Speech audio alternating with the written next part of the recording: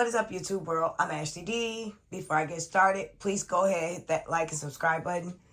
Also, feel free to share this video as well. Everything I state is allegedly not a guaranteed fact, my own personal opinion and observation. So, before I get started, I would like to say I'm sorry to each and every one of you out there. I know I've been missing in action. However, school has started back, and not only you try to get your child on a routine that's consistent, but you have to get back on one as well.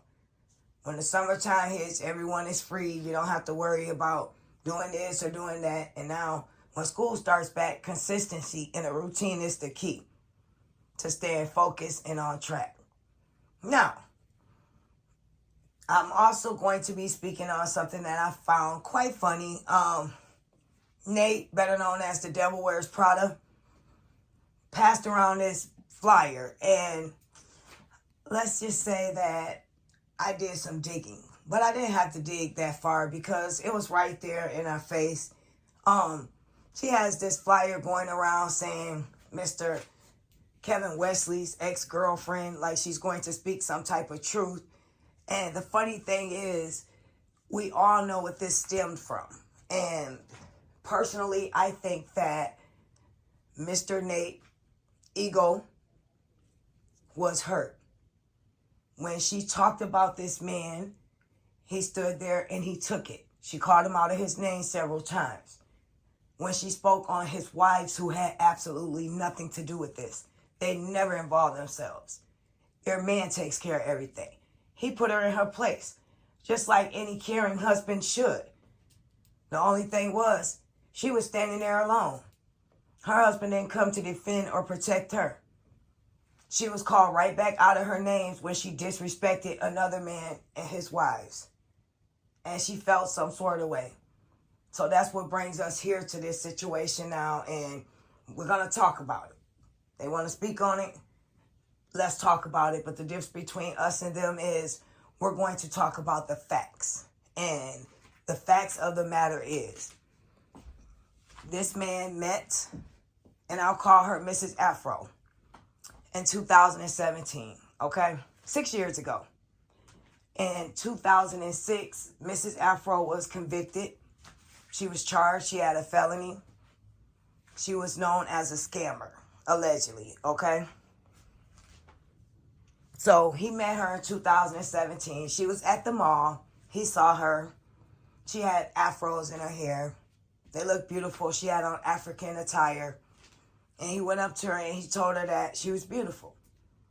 Now, mind you, I compliment people all the time. I tell them they have a nice smile. I like your shirt. Your eyes are pretty. I like your hair color. Those are the type of things that will make anyone's day. Even someone that's having a bad day, you could turn it into a better day just by a simple compliment as that. I don't know about you guys, but I like to pass the positivity along so it comes back to me. So I noticed that about Mr. Kevin as well. He always spreads positivity, and his messages are always meaningful. Now, he said that to her. They introduced themselves to one another. She spoke on what she did for a living. It just so happened she was speaking on helping open up nonprofit organizations, something Mr. Kevin was interested in doing, something he was going to be doing. And what did she do? After they exchanged phone numbers, only after she spoke on what she did, and he told her that's what he was getting ready to do. That's when numbers was exchanged, okay? Now, Exhibit A, the text messages. The text messages don't lie. So, also, please check the video down below. It's a short one. I'm explaining that video to you in a nutshell. It clearly states and shows Mrs. Afro consistently pursuing Mr. Kevin and how this all unfolded. But now, I'll continue. They exchange phone numbers, they're texting, and clearly in the text messages, he's speaking on business. Only business. He's keeping it professional. He's asking her to help him because he knows nothing about computers. He says, teach me all over again. I don't know anything about this. And she insists that everything she's doing is from the heart. It's free. She's going to provide her services to him. Don't worry. I'm going to teach you everything I know. You're going to be good at this by the time I get done. Not to mention, I'm going to help you open up your nonprofit business. Okay? In the midst of them exchanging text messages as well, she slips in there little flirty things here and there. Then it escalates to big things. This lady, in a text message that you will see, she told Mr. Kevin she wanted to suck his soul out of him. Wow. So he's speaking on business, and she's trying to mix personal with business. And that clearly lets us know, as well as him, she's trying to pursue him in a sexual manner. Now, had this been the other way around, opposite sex, a woman goes up to a man, compliments him. He says he knows how to do something that she's trying to do, but she's not that good at it. They exchange phone numbers. She talks on the phone with the man, text messages, or whatever the case is. He's consistently stepping over the line, stepping over those boundaries that she set. She only gave this number out based off of what this man can do, this man's background, what this man said they're known for, what they're going to help her do. And he continues to harass. That's what I looked at it like, sexually. Tries and tries and tries, okay? Now, this went too far when he found out that she forged his signature on a nonprofit organization. This woman forged this man's signature. So that's when everything come to a halt. And you'll see that on there as well. When she did that, that's when he bagged off. And that's when she had the nerve to be upset. She forged his signature, called herself opening up a nonprofit organization. He got upset and checked her. And then she was livid. That's when the back and forth between them two came. He wanted absolutely nothing to do with her. Now, also you'll see in my community as well, a few letters based off of her, a little bit of background. She was known for scamming. She was always in trouble for these type of things. And that's exactly what she tried to do to him. Now we can ask ourselves this question. Did she pursue him to try to scam him? Was she really trying to help him but throwing herself at him sexually? Or was she trying to take advantage of this man because she knew that he needed her help? Either way it go, she did something wrong and she overstepped the boundaries. And that's not what someone would do that truly has the best intentions for you. Now, after he cut her off, he runs into this guy who helped him, who was a moderator for him for about a year after he was online. This guy jumps into his inboxes. The guy was pretty smart, internet savvy. He wanted to help him, okay? And we'll call him Mr. Potato Head. We're going to speak on him briefly just based off of, he's in these text messages as well, the video below. So, Mr. Kevin raised money. He had a GoFundMe for the surgery, the operation that he had that was serious. He could have possibly lost his life. The money that he had for that, this guy had access to. He did not think Mr. Kevin was going to live. So instead of being the good friend that he claimed to be, speaking with his family members, speaking to someone to see what did they want to do with this money just in case things went left. No, he spends the money. And then when he gets out of the hospital, Mr. Kevin, and confronts him about it, he gets upset. He had the nerve to be upset with Mr. Kevin for even mentioning it to someone. Now, mind you, it is clear in there as well. Just like with the woman, let me trace back a little bit. She said everything she did was for free, her services. He owed her nothing. She was just being helpful. That didn't go the way she wanted to. She was caught up scamming him as well. She continued to harass this man. So finally, He just gave her $400 to leave him alone. And you'll see that receipt in there as well. So that's why you see a receipt in there for $400. He just wanted her to go, leave him alone. And after that, she did disappear. She would pop out from time to time, even though she had no reason to. She had no valid evidence to. Now, this person as well had access to this man's money. This man got sick. He spent his money. When this man confronted him about it, he got upset and had the nerve to say, I was going to pay it back. If someone goes in your account, takes your money out without your knowledge and without your permission and spend it, is that or is that not stealing? Regardless if you're going to pay it back or not, you did not have permission to do that. Now, this man had the nerve to turn around and act as though Mr. Kevin owed him. But yet, Mr. Kevin was so kind enough, he did not call the police. He did not take this to small claims court. He did not try to prosecute this man for theft, for stealing, and all the above. He allowed this man, even though Mr. Kevin went without, because this man took all the money that he had. Mr. Kevin wasn't working for a while. He had a big operation. So he depended on that money to assist with his household duties as well as medicine, different foods, things of that nature. But he still allowed this man to do a payment plan. Ask yourself this question: does that sound like a man that's guilty of something? Does that sound like a man that has something to hide? Does that sound like a bad guy that's done something wrong, that's allowing you, who wronged him, to pay him back with payment plans, for you to only turn around and get upset with him because you're caught red-handed with your hand in a cookie jar? Now, fast forward to this day and time. That was 6 years ago. So we have Miss Hateful Nasty Nate, who's upset and hell-bent on getting this man back because he know her truth. And he revealed her truth to everybody online. Everybody already knew it, but he blasted hers because she's so good at blasting everybody else. She disrespected his wife, so he gave her the business, as he should have. She brings this lady along that Mr. Kevin only knew for 2 months. 6 years ago, 2 months. So you think this woman that you put the title on as girlfriend, when clearly in these messages, excuse me, in these messages, it's a clear indicator that she wanted to be more to him and that he was just keeping it professional.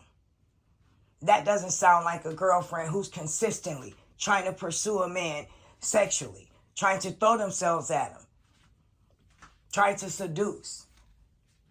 That sounds like a desperate woman, if you ask me. You put the title girlfriend on there. This was 6 years ago. Who wants to dig back in their past 6 years ago and look back over that? I can't even remember last year, let alone 6 years. You want to pull something up from 6 years ago with someone that he's only known for 2 months of his life? He's never dated, never took to dinner. She doesn't probably even know this man's middle name to this day. You want to sit down and put on a podcast and an interview? You sound silly, lady. Thanks to Miss Lyonya, we've got a chance to meet Mr. Robert's family, all of them, up close and personal, including Mr. Kevin and his beautiful family, his beautiful wives, what they stand for, what they offer, and their way of living. Over a year, we've all been introduced to their lives, to their worlds. And they come off as truly genuine people, caring, empathetic, wanting what's best for one another, motivational, all these things that are great. So you think you're going to erase our mind from knowing someone up close and personal now for almost a year with someone from 6 years ago that scanned him, put his name on a signature for a nonprofit. We see that as well. Consistently tried to go after this man who only wanted her to help with the business. Put a nonprofit in his name. And then we have Mr. Potato Head, who's paid him back in payments. That didn't go anywhere legally. None of this stuff went anywhere legally. We don't have anything about Mr. Kevin scamming anyone. All we have is him paying someone $400 to stop harassing him. But we do, however, have evidence of this guy paying him in payments. The bitter woman who's texting him consistently, harassing him, wanting to be with him sexually. He did not want that from her. And the sad truth about the matter is, a lot of women lie about certain situations and men go to jail for that.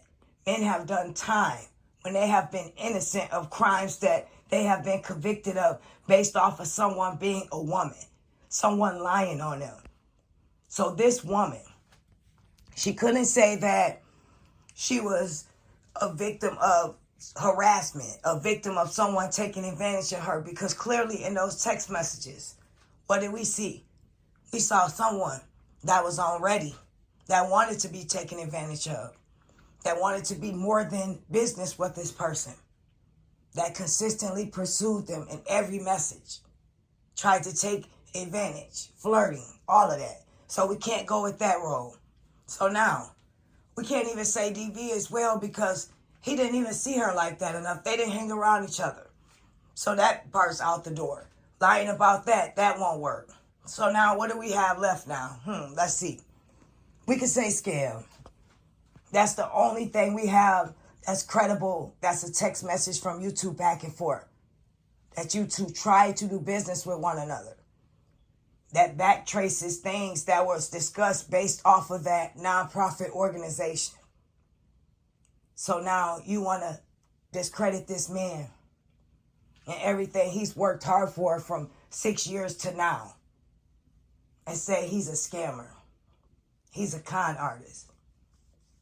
And he has everything to show for who he really is, and he backs it up. And you, on the other hand, we have your paperwork. We have your text messages.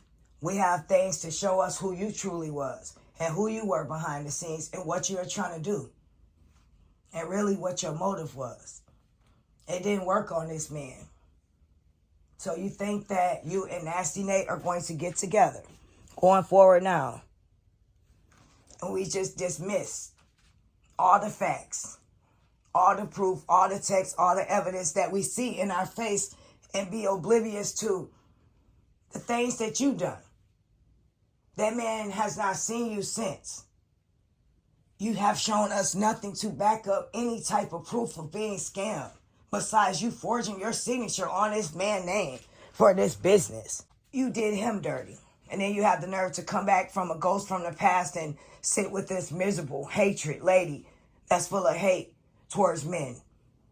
She hates herself, so she takes it out on everyone every day. Everyone from your side, they have done nothing but lie. They have never been credible. They have never had real receipts. They have never based anything they've said, including their content, off of facts. Anything they've said has never been credible. Every day they get up there in front of people and they lie. They continue to lie on people, bash them, talk about their names, slander them.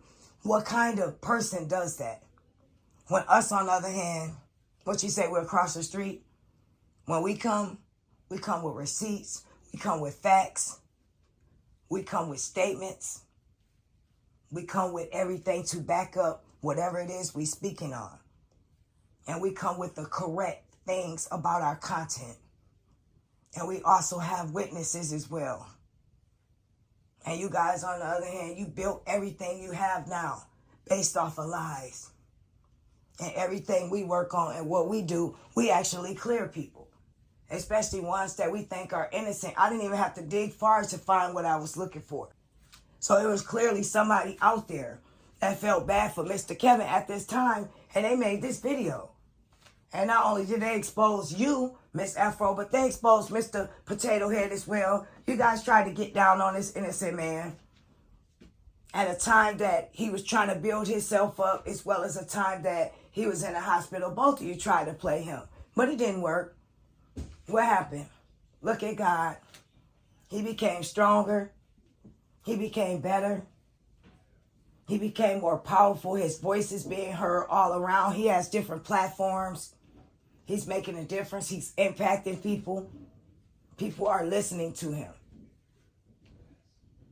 And what are you doing? You are continuously nasty Nate, bashing, trying to tear down anyone you can that stands up to you because you're a big bully. You're like the bully at school that no one wants to mess with, no one wants to socialize with. When you don't have your way, you pick. You try to find things, you nag.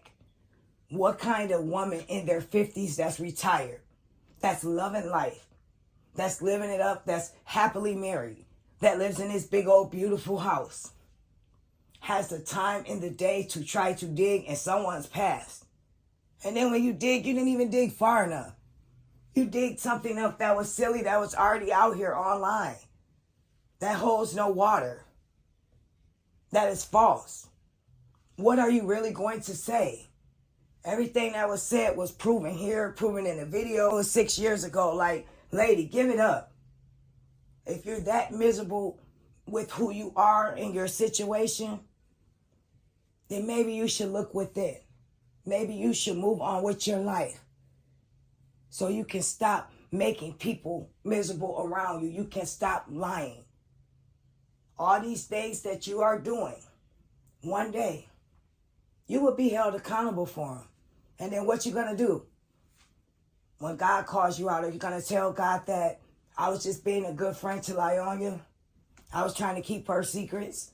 So I was doing anything, by any means necessary, tearing people down when I knew that I was wrong, lying on people, creating these stories, trying to ruin people's reputation, their lives, whatever I can, just to keep her, this lying person, in the limelight, just to keep her secrets. Do you think God is going to say, since, let's lose God.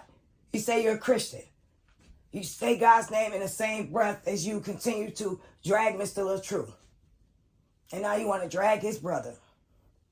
And then you're not even dragging, though. This is a joke, clearly. Justice will always prevail. Know that, sweetie. The good will always outweigh the bad. This story has no relevancy. It's done. End of chapter. Period.